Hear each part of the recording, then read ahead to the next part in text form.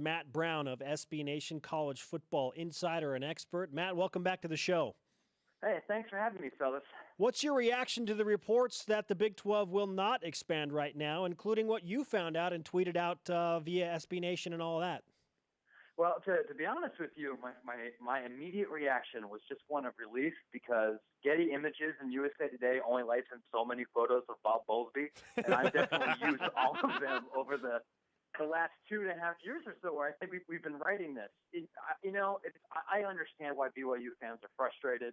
My timeline's full of frustrated Connecticut fans and Cincinnati fans, and this decision ultimately I don't think changes the calculus of the Big 12 being on potentially borrowed time here as the end of their television contract reaches up, because Texas and Oklahoma aren't making signs they're willing to sign an extension of the grant of rights.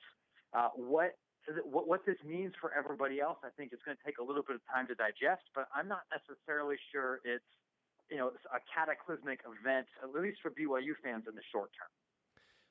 At any point, did you think that expansion was going to happen? Like, were you convinced the Big 12 was going to expand at any point in this timeline?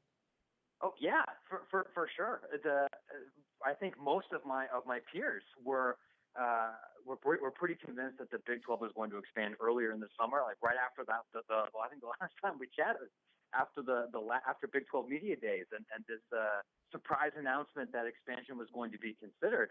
I definitely thought it was going to happen. It really wasn't until the last couple of weeks where there started to be more and more whispers that maybe broadcast partners would pay off the Big 12 to not do this, or the momentum had stalled. But for months, I certainly thought that we would be having a different conversation right now.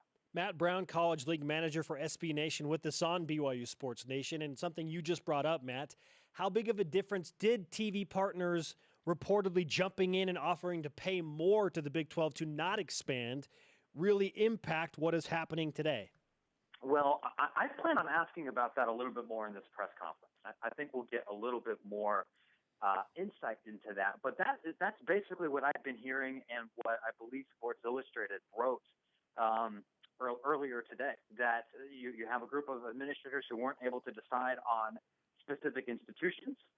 Both ESPN and Fox were not thrilled about the prospect of paying $20+ million a year for programming that they already control or have already valued at less than that. And some other kind of financial arrangement appears to have been made. Whether that comes out in a couple of weeks or we hear more about it in a couple of minutes, that remains to be seen. But that certainly seems to be one of the biggest, if not the biggest factor here. So in 2025, when the grant of rights is up, what do you think happens with the Big 12? I don't think we have a conference anymore. I think Oklahoma and Texas are going to have a lot more options for conferences that are going to be able to provide more money, more prestige, and in the case of Texas, better academic partners. Maybe that's the Big Ten, maybe that's the ACC, maybe television, as we know it changes so much that maybe Texas decides they want to go independent too.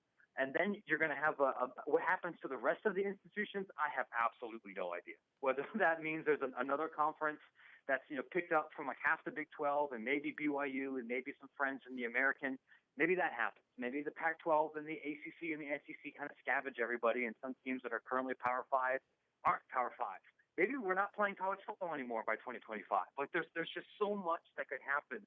It feels kind of silly to like really be super confident about any projection, but I based on what we know now, I don't feel good about this conference continuing to exist. It's always been kind of a strange mix. Fusing two other conferences together, and the decision making that's happening from events like this really is another example of that. It's not a shared mission. Matt Brown, College League Manager of SB Nation. Follow him on Twitter at MattSBN. Here BYU is in the midst of all of this playing actual college football games through 7 in year 6 of independence. They are 4-3. They've won 3 straight against Toledo, Michigan State, and Mississippi State. They're back over 500.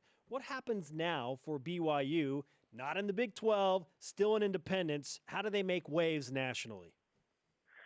Well, the way that their schedules are set up for over the course of the rest of the ESPN contract is they're all really front-loaded. And I think we saw this a little bit last year. If you win a couple of games in September, whether that's against an LSU or Wisconsin next year, or on a couple of these Pac-12 programs, especially some that are coming to Provo, in the next couple of seasons, you're going to be at the forefront of the conversation. After week 3 of last season, BYU is arguably the biggest story in the country. When you beat Nebraska and Boise State on back-to-back Hail Marys, everyone's going to talk about it.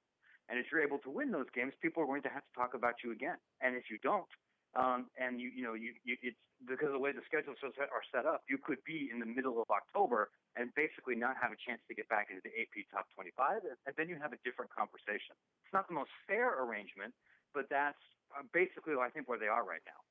BYU's in year 6 of independence. If they don't join a conference before 2025, when the grant of rights is up for the Big 12, which you'd think it'd be back to a group of 5 if they went somewhere else, and I don't see that happening. It'd be 15 years as an independent. Can BYU sustain that kind of independence?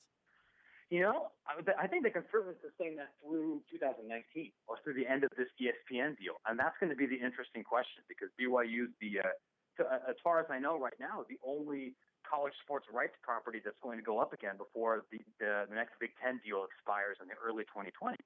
If you're able to get a contract that's similar to what BYU has now, I think you could probably sustain it a few more years, especially if they're being successful on the field like they've been these past couple of seasons.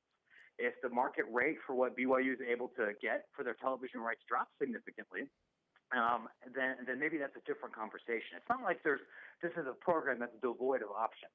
Even if things don't work out with ESPN, there's other potential broadcasting partners, and certainly the American Athletic Conference would love to have BYU. So it's not the end of the world.